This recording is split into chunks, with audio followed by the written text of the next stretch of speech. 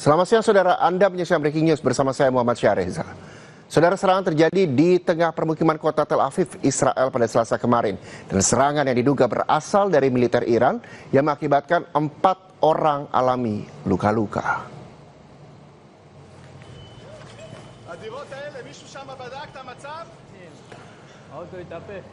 Inilah saudara, rekaman video yang dirilis pada hari Selasa waktu setempat yang menunjukkan bangunan rusak dan mobil hangus terbakar setelah serangan yang diduga dilakukan oleh rudal Iran.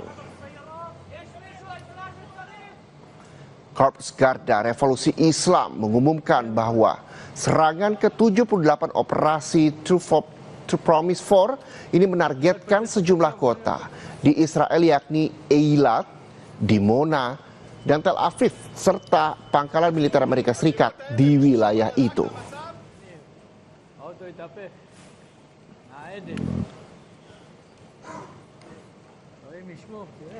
Sebelumnya, saudara, Presiden Amerika Serikat Donald Trump ini dikabarkan diam-diam sedang mempertimbangkan Ketua Parlemen Iran Mohammad Bagher Ghalibaf yang sebagai calon mitra, bahkan pemimpin masa depan Iran.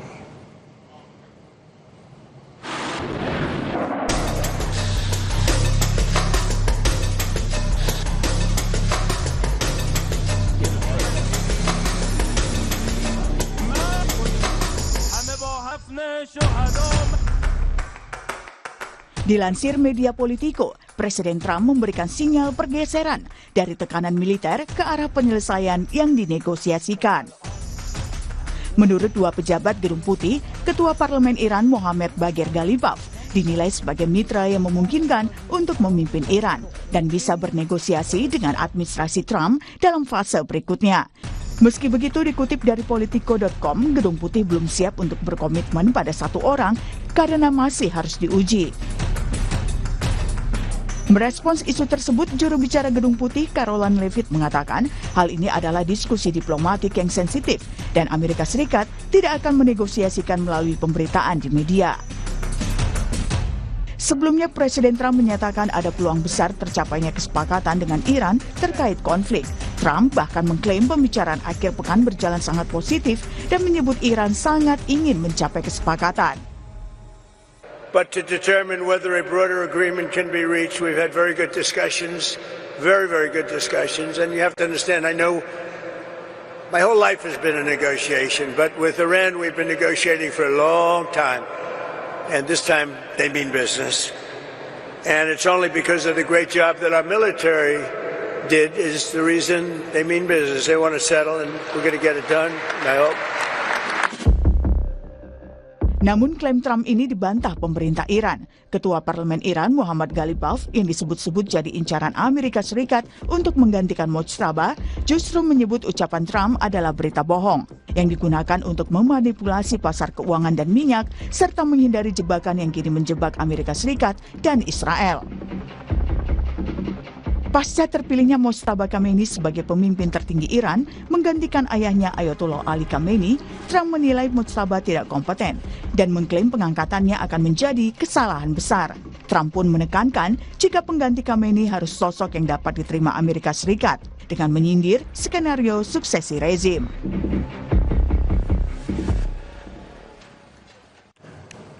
Presiden Amerika Serikat, saudara, Donald Trump ini dikabarkan diam-diam sedang mempertimbangkan Ketua Parlemen Iran Mohammad Bagher Ghalibaf sebagai calon mitra, bahkan pemimpin masa depan Iran. Lalu benarkah klaim Trump soal negosiasi terkait dengan Mohammad Bagher Ghalibaf ini? Lalu sejauh mana dampak manuver Trump kali ini pada perang yang masih berlangsung? Kita akan bahas soal ini bersama dosen Departemen Hubungan Internasional FISIP UNER, ada Muhammad Ayub Mirdad. Selamat siang. Pak Ayub Mirdad, terima kasih sudah bergabung bersama kami di Kompas TV. Yang saya juga ingin tanyakan dengan Reza di studio, Trump ini kan diisukan tengah mengincar sosok Mohammad Bagher Ghalibaf sebagai pengganti Mojtaba. Dari situasi yang berkembang dan juga pengamatan Anda soal Iran, Anda percaya dengan isu ini? Kalau susah percaya atau tidak percayanya, tapi klaimnya harus kita cermati dengan hati-hati ya. Iran secara tegas membantah adanya negosiasi dengan Iran dengan Amerika Serikat dan menyebut pernyataan Trump sebagai berita palsu seperti tadi di berita juga sampai. Dan itu menuduh AS sengaja menciptakan narasi palsu ini untuk manipulasi pasar minyak, karena setelah pernyataan Trump langsung harga minyak turun kalau kita lihat itu. Jadi membeli waktu ya, apa artinya? Sambil terus mengarahkan pasukan ke kawasan Trump ini. Dalam jeda waktu tersebut ini akan masuk pasukan baru ke kawasan tersebut. Trump juga menyatakan kita sudah menang. Kalau kita lihat Trump dalam beberapa press conference-nya berkali-kali menyatakan bahwa kita sudah menang dalam perang ini. Tapi sementara serangan masih terus berlangsung dan Iran masih aktif membalas. Bahkan kemarin kita lihat ada banyak kerusakan besar di beberapa wilayah di Israel. Jadi Iran tetap aktif membalas serangannya ke Israel, termasuk pangkalan-pangkalan Amerika Serikat di kawasan. Ya. Sebenarnya ini adalah perang narasi yang berjalan juga paralel dengan perang militer. Trump punya kepentingan domestik. Dia butuh kemenangan domestik, diplomatik yang bisa dijual ke publik Amerika Serikat. Karena mulai ada tekanan dari dalam Amerika Serikat terhadap pemerintahannya Trump. Jadi dia cari bagaimana secara diplomatik bisa menang dan masyarakat Amerika Serikat bisa calm down dan tidak ada protes terhadap pemerintahnya. Oke. Karena akhir-akhir ini ada impeachment ya terhadap Trump. Jadi artinya bahwa soal Trump yang diisukan tengah mengincar sosok Muhammad Bagher Ghalibaf ini menurut Anda adalah Amerika Serikat ini menciptakan narasi palsu. Memang efeknya seperti apa ketika memang Amerika Serikat ini menciptakan narasi palsu seperti statement Anda tadi? Nah, efeknya ini bisa juga secara internal di Iran ya, membuat lemah pemerintahnya Iran atau dalam kepemimpinan Mustafa Khamenei ini, supaya munculnya aktor baru seperti ada Ghalibaf, itu bisa jadi ada kemungkinan besar dari dalam, karena kalau kita lihat pertama ketika perang ini mulai, Amerika Serikat menargetkan membunuh atau setiap pemimpin Iran, pemimpin tertinggi termasuk Khalil Larijani dan begitu aktor-aktor atau figur-figur tertingginya termasuk Menteri Pertahanan dan Menteri Intelijennya juga. Jadi bisa jadi ini ada munculnya atau melemahkan kepemimpinan di Iran untuk munculnya pemimpin baru. Karena ini sebenarnya juga seperti tadi saya bilang, perang narasi ini juga perang psikologi. Bukan hanya perang militer, bagaimana Amerika Serikat berpengaruh dalam kepemimpinan di Iran. Oke, tujuan Amerika Serikat dengan perang narasi dan menciptakan narasi palsu seperti Anda sampaikan adalah memang melemahkan kepemimpinan Iran begitu ya. Tapi kalau misalnya melihat sosok dan pandangan Anda, bagaimana sebenarnya sosok Muhammad Bagher Ghalibaf ini? Ghalibaf ini akhir-akhir ini mulai jadi seorang atau figur yang cukup terkenal atau populer di media dan juga di luar negeri. Kalau sebelumnya karena adanya banyak pemimpin-pemimpin atau figur-figur yang cukup berpengaruh dalam politik Iran, paling tidak terlalu terlibat sebenarnya. Karena sebelumnya ada Ali Larijani, ada Qasim ketika meninggal tahun 2020, kalau tidak 2021 atau 2022 di Irak. Dan begitu pemimpin Iran sudah satu persatu sudah hilang dan tewas. Akhirnya ada Ghalibaf yang ini lumayan punya pengaruh dan punya peran di pemerintah karena dia juga juru bicara parlemen, dia Speaker of Parliament. Jadi dia sekarang salah satu pemimpin yang cukup moderat dibandingkan dengan yang lainnya, dan itu bisa juga jadi salah satu aktor atau figur yang lebih dipercaya oleh Amerika Serikat untuk menggantikan Mujtaba Khamenei. Tapi ini secara narasi, tapi secara praktik cukup sulit ya, karena Amerika Iran ini sudah ada sejak tahun 79. Institusionalisasi kepemimpinan di sana itu sudah ada, dan Mujtaba Khamenei ini bukan tiba-tiba dia jadi pemimpin atau supreme leader-nya Iran. Bahkan sebelum Ibrahim Raisi, Presiden Iran sebelum presiden ketika dia tewas dalam jatuh pesawat, sudah ada banyak rumor bahwa Mujtaba Khamenei akan menjadi pemimpin tertinggi Iran. Artinya dia sudah dia sudah punya posisi di dalam circle tersebut. Jadi dia walaupun tidak terlalu terkenal, tidak pernah sering muncul seperti ayahnya, tapi dia ada dukungan dari IRGC yang the main decision maker di Iran. Dan juga dicintai warga Iran begitu ya? Betul. Ya.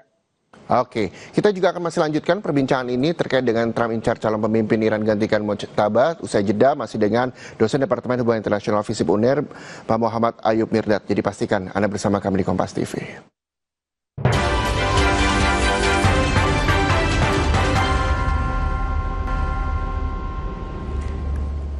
Masih breaking news, saudara. Kita juga masih bergabung dengan dosen Departemen Hubungan Internasional FISIP UNER, Bapak Muhammad Ayub Mirdad. Terima kasih sudah masih bersama kami di Breaking News Kompas TV. Tadi Pak Ayub Mirdad juga menyampaikan bahwa figur populer punya pengaruh di pemerintahan, pemimpin yang moderat. Inilah yang memang dinilai dari sosok Mohammad Bagher Ghalibaf. Lalu nantinya apakah sebelumnya dia yang memang diisukan diincar oleh Trump, apakah punya sejarah relasi dengan Amerika Serikat atau Israel? Dari pengamatan Anda sejauh ini seperti apa? Maaf sekali Pak Reza, bisa ulangi pertanyaannya? Oke, saya ulangi. Tadi sebelum jeda iklan Anda menyebutkan bahwa sosok Mohammad Bagher Ghalibaf ini memiliki figur populer, punya pengaruh di pemerintah, pemimpin yang moderat. Lalu apakah dia juga punya sejarah relasi dengan Amerika Serikat atau Israel? Nah, ini pertanyaan yang cukup sulit menjawab sebenarnya, karena bagaimana bisa membuktikan bahwa dia punya hubungan dekat dengan Israel atau Amerika Serikat, karena Ghalibaf ini dekat dengan Ali Khamenei dan juga dekat dengan IRGC. Jadi ya tentu saja tidak dekat dengan Israel, tapi bisa jadi di belakang ada hubungan dengan Amerika Serikat. Tapi sulit ini sebenarnya membuktikan klaim tersebut bahwa Ghalibaf ini dekat dengan Amerika Serikat, karena ketika situasi perang terjadi di sebuah negara, munculnya begitu kelompok-kelompok sendiri dan mereka ingin menjadi pemimpin negara, dan bisa jadi demi kepentingannya sendiri buka jalur untuk mendekati dengan negara-negara tersebut, khususnya dalam hal ini dengan Iran. Tapi hal itu juga potensinya sangat-sangat kecil bahwa Ghalibaf ini dekat dengan Israel maupun dengan Amerika Serikat. Oke, jadi potensinya kecil menurut Anda begitu ya. Lalu kalau misalnya kita melihat orang-orang Iran yang juga mencintai pemimpin-pemimpin sebelumnya, lalu apakah memang orang Iran ini tipikal orang yang loyal terhadap pemimpin atau seperti apa dari pandangan Anda? Kalau loyal pada pemimpin, Iran sendiri juga punya isu internal cukup lama ya, karena tidak semua warga negara Iran mendukung pemerintahan atau Ali Khamenei dan sekarang Mujtaba Khamenei. Buktinya atau contohnya kita bisa lihat sebelum perang ini terjadi, banyak warga negara Iran tewas, ribuan, bahkan video-videonya itu ada di media sosial. Jadi ada dukungan dari masyarakat Iran, tidak bisa saya katakan bahwa itu dukungan besar atau mayoritas. Betul.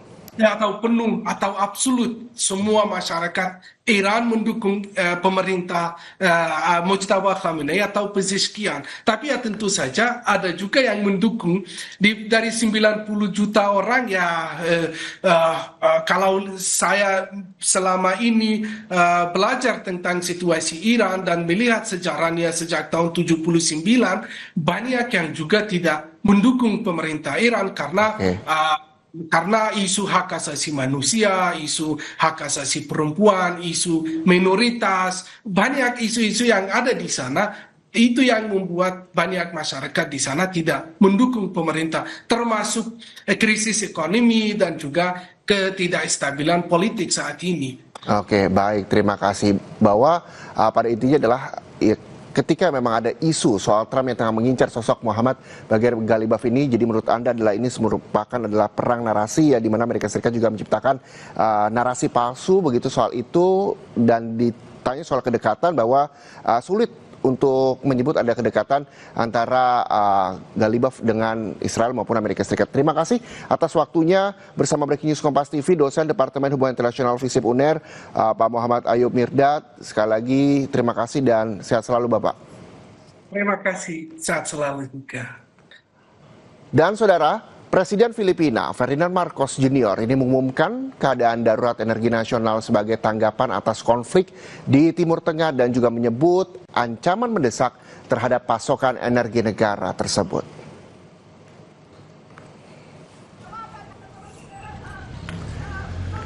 Marcos mengatakan telah berkomitmen untuk memastikan atau telah membuat komite untuk memastikan kelancaran pergerakan pasokan, distribusi, dan ketersediaan bahan bakar, pangan, obat-obatan, produk pertanian, serta barang-barang kebutuhan pokok lainnya. Kepada media, Marcos mengatakan konflik di Timur Tengah telah menimbulkan ketidakpastian di pasar energi global sehingga menimbulkan ancaman terhadap keamanan energi negara. Rencananya, pada Kamis besok waktu setempat, para pekerja transportasi, komuter, dan kelompok konsumen akan mogok kerja selama 2 hari.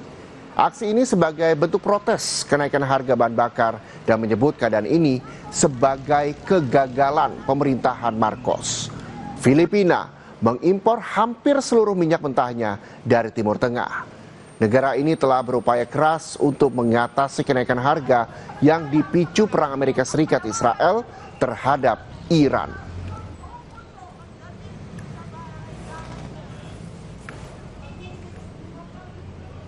Juru bicara Markas Besar Militer Iran ini membantah klaim Presiden Amerika Serikat Donald Trump untuk mencapai kesepakatan gencatan senjata.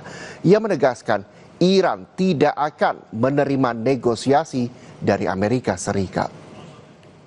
سطح خود درگیری‌هایتان به مرحله مذاکره خودتان با خودتان رسیده؟ صراحتاً اعلام می‌کنیم تا موعدی که اراده ما نباشد هیچ وضعیتی به روال سابق برنمیگردد. این اراده زمانی ایجاد می شود که به طور کامل فکر اقدام علیه ملت ایران از اذهان کثیف شما پاک شود. حرف اول و آخر ما از همان روز نخست این بوده، هست و خواهد بود. کسی هم شما با کسی مثل شما کنار نخواهد آمد، نه حالا و نه هیچ وقت دیگری. Breaking News masih akan kembali usai jeda, pastikan Anda bersama kami.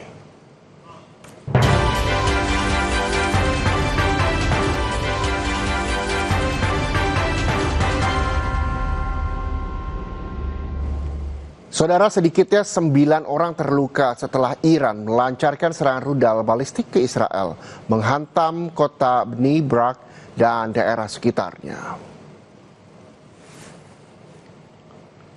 Rekaman dari lokasi kejadian menunjukkan bahwa dampak dari serangan saat petugas tanggap darurat bekerja di antara reruntuhan bangunan yang rusak. Serangan Iran menggunakan rudal balistik dengan hulu ledak klaster yang dapat menyebarkan bom-bom kecil. Petugas sempat mengatakan korban luka termasuk seorang pria dengan luka akibat pecahan peluru. Dan juga 8 orang lainnya luka ringan.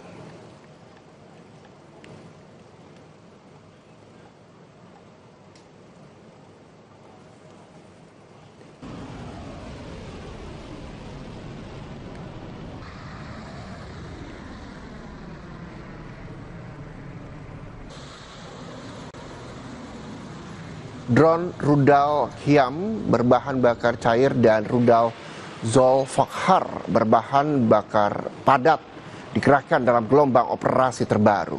Di antara lokasi utama yang menjadi sasaran adalah Pangkalan Udara Al-Dhafra di Uni Emirat Arab, Pangkalan Victory di Irak, dan Armada kelima Angkatan Laut Amerika Serikat di Bahrain. Rudal juga mengincar infrastruktur militer di Askalan, Tel Aviv, Haifa, dan daerah lain di wilayah Palestina yang diduduki Israel.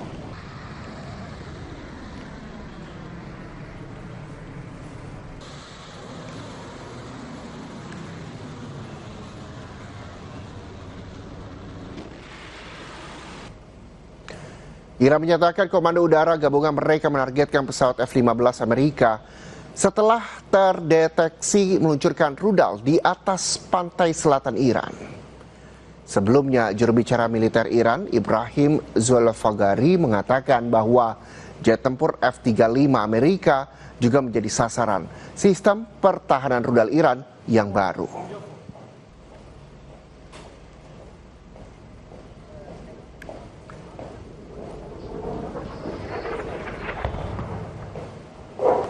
Kepulan asap tebal terlihat membumbung di tengah-tengah bangunan di kota Tyre, Lebanon Selatan.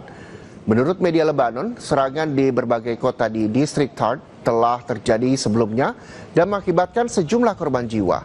Laporan menyebutkan ada 3 korban jiwa di Haitit, 2 kematian di kota Sela, sementara 5 orang terluka di Srifa. Sebelumnya Israel telah mengeluarkan peringatan kepada penduduk di daerah Makhuk dan juga Burj al-Samali akan melakukan serangan terhadap Hizbullah dan mendesak warga sipil untuk dievakuasi. Dan saudara, saya sudah breaking news. Saya Muhammad Syareza pamit undur diri. Selanjutnya Anda dapat menyaksikan Jurnal Merah Putih bersama rekan saya Desi Fiftina. Tetaplah di Kompas TV, independen, terpercaya.